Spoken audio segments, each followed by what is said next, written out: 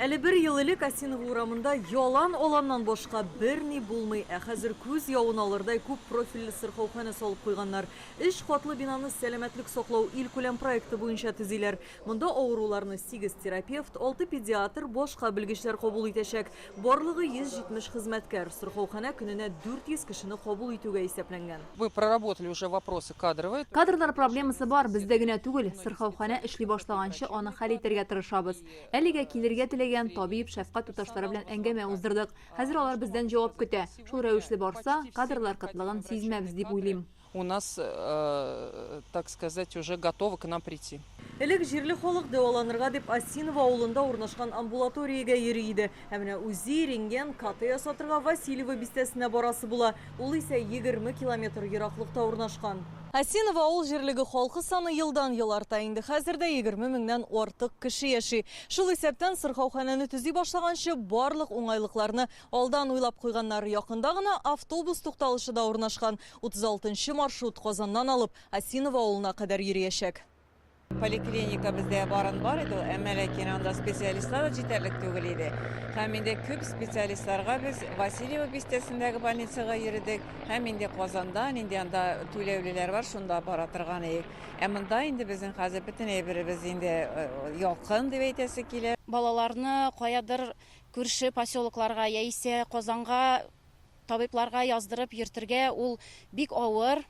Автобусларда шуңа күрә инде менә хәзер безнең янда гына шушындый поликлиника булуы бу бик зур файда. Быел Татарстанда эш сырхаухана 22 ФАП бер амбулатория төзеләчәк. Моңа 2,5 миллиард сум акча каралган. Кадрлар кытлыгы проблемасын Сәламәтлек саклау министрлыгы Оренбург өлкәсе тәҗрибәсен кулланып хәл итмәкче. Фельдшер ярдәмчесе дигән вазифа гамәлгә керәчәк. Ярты ел эчендә 1600 белгечне укытып чыгарырга уйлыйлар. Даже там, где есть фельдшера. Фельдшер бармы юкмы мөһим түгел, ярдәмче һәрбер фапта булачак. 6 ай эчендә без аларны укытачакбыз. Медицина тармагын белү бер, компьютер белән дә эш итәргә өйрәтәчәкбез. Обязательно в эти циклы будут входить элементы цифровизации. Яшь ординаторларда авыл җирлеге районнарда эшләп алырга тиеш булачак. Шунда ки Сәламәтлек саклау министрлыгы Татарстанны 6 зонага бүлгән.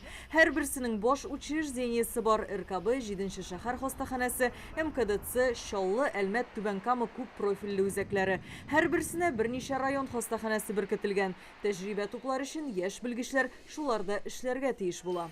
Бу 6 берләшмә безнең республикада кадрларның дефицитын да бетергә тиеш. Әлегә бетергән ординаторлар кем тели шәһәрдә, Казанда, Чаллыда, Әлмәттә эшләр алдыннан алар менә шушы берләшмәнең объединениеларның районнарында эшләргә тиеш. Целевое направление буенча барган ординаторлар алар үз урынына кайтачак и 3 ел эшләргә тиеш. Яшь белгечләрне дә әзерлиләр, төзелеш тә зур адымнар белән барачак дип вәгъдә итә министр. Киләсе елга Казанда балалар хастаханәсе, трансплантология үзәге, Чаллыда яңа хастаханә төзелергә тиеш. Татарстанлыларның гомер озынлыгы 75 яшьтән арткан, ә үлемгә китергән төп сәбәпләр әлегә үзгәрешсез кала. Йөрәк кан тамырлары авырулары, яман шиш, эчкечелек, юл транспорт һәлакәтләре. Алия Хәйретдинова, Алмаз Зиядинов, Яңа Гасыр каналы.